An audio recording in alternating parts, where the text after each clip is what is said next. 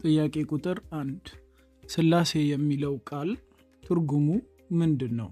ሀ አንድነት፣ ለ ሶስትነት፣ ሐመሩሃ አምስትነት፣ መ ዘላለማዊነት።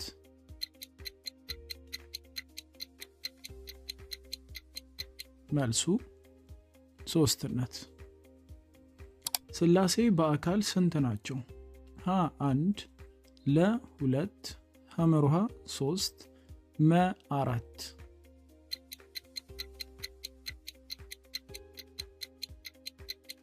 መልሱ 3።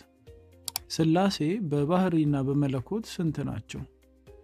ሀ 1፣ ለ 2፣ ሐመሩሃ 3፣ መ 5።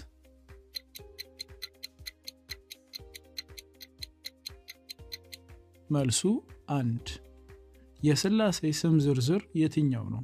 ሀ ሚካኤል፣ ገብርኤል፣ ሩፋኤል፣ ለ አብርሃም፣ ይስሐቅ፣ ያዕቆብ፣ ሐመሩሃ አብ፣ ወልድ፣ መንፈስ ቅዱስ፣ መ ማቴዎስ፣ ማርቆስ፣ ሉቃስ።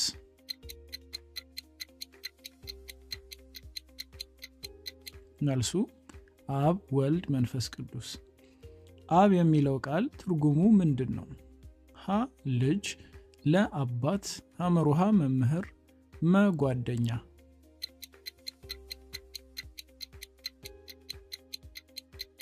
መልሱ አባት። ወልድ የሚለው ቃል ትርጉሙ ምንድን ነው? ሀ አባት፣ ለ መንፈስ፣ ሐመሩሃ ልጅ፣ መ ንጉስ።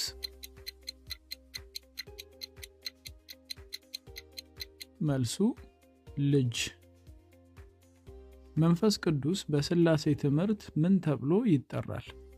ሀ ሰላም፣ ለ ሕይወት፣ ሐመሩሃ ኃይል፣ መ ብርሃን።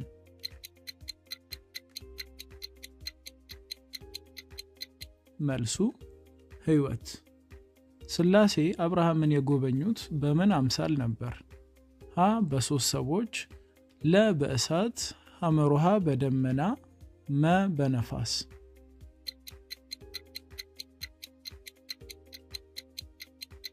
መልሱ በሶስት ሰዎች። ሰውን በመልካችን እንደ ምሳሌያችን እንፍጠር ያለው ማን ነው? ሀ መላእክት፣ ለ ስላሴ፣ ሐመሩሃ ነቢያት፣ መ ጻድቃን።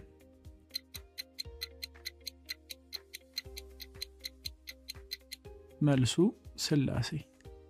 ስላሴ በአብርሃም ቤት የተስተናገዱት በየትኛው ዛፍ ስር ነው? ሀ በወይራ፣ ለ በኤልያን፣ ሐመሩሃ በመምሬ፣ መ በዝግባ።